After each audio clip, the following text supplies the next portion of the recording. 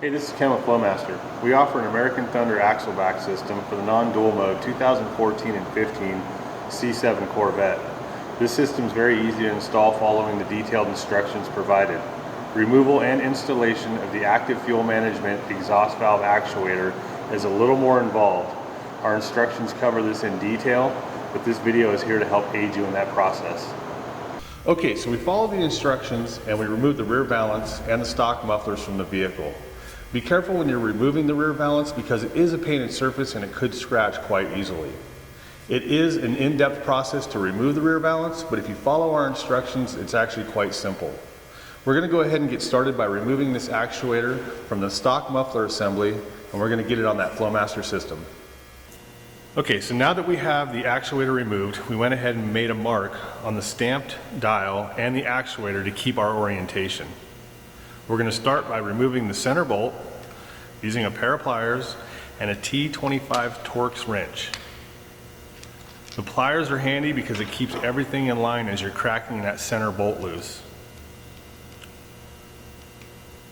So we'll go ahead and remove this bolt and we'll discard it. It will no longer be needed. And now we're going to go ahead and assemble the hardware that was provided in the kit. We're going to start with the spring, spacer, and the washer. We're going to orientate the short side of the spring into the cutout on the stamped dial. Then we'll go ahead and put our center bolt in. We did put some blue Loctite on that and we do recommend doing so.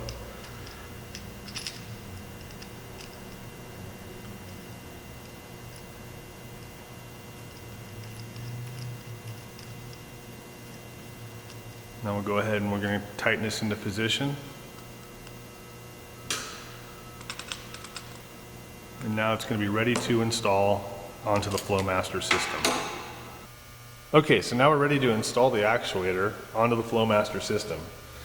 We're going to start by inserting the long end of the spring through the large center hole in the actuator mounting bracket. The spring should catch the corner closest to the single mounting hole end. Once the spring is resting against the edge of the mounting bracket, twist the actuator clockwise so that the dial will fit down and engage into the center hole of the bracket. The original actuator mounting bolts can then be used to secure the actuators into position. We did use some blue Loctite on this, so we do recommend doing so. Once you've installed all three bolts, go ahead and tighten that down, and then the Flowmaster system is ready to be installed into the car.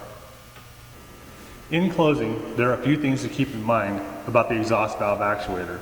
It's very important to leave the key in the off position during the entire removal and installation process. Failure to do so will result in a check engine light, and that can only be reset by your local GM dealer. GM does recommend that anytime you replace the actuator, that you go through the GM relearning procedure, and again, that can only be done at your local GM dealer. In most situations, we found if you leave the key in the off position and have correct orientation of the exhaust valve actuator, that procedure was not needed. We do hope that you enjoy the added gains and that signature Flowmaster sound.